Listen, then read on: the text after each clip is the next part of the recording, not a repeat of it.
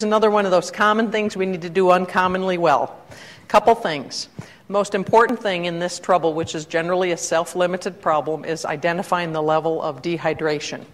Now, the gold standard of dehydration is actually figuring out how much of acute body weight change they have had. Well, again, this is one of those brilliant academic recommendations that is of no use at all unless this child with gastroenteritis was just in the office in the last week or two.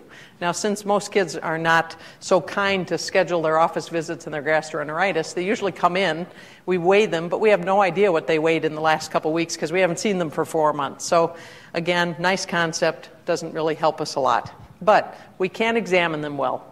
We know that if their turgor is decreased, if their cap refill is sluggish, and if if they don't have tears and their mucous membranes are dry, we know these kids are in trouble.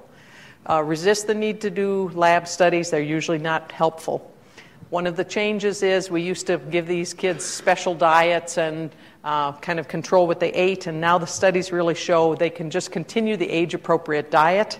There's no evidence that the brat diet or clear liquids or diluted formula make any change as far as the duration of the complaints. The key about gastro and dehydration is rehydrating with small, frequent feeds, 10 to 60 minutes, feeding every 10 to 60 minutes, just sips of fluid. Oral rehydration is, of course, nice. You can buy your products, but if your families don't have any money, you can make ORS very simply. There's formulas that'll teach you how to mix the appropriate amount of salt and a little bit of sugar with the right amount of water to make ORS for your families that just cost pennies, so they don't have to be buying Gatorade or Pedialyte unless they want to. If they have more severe dehydration, then they might need IV therapy, but again, follow that with oral therapy as soon as possible to move the kids along. Now, try to resist using antidiarrheals or antiemetics. They should not be used routinely.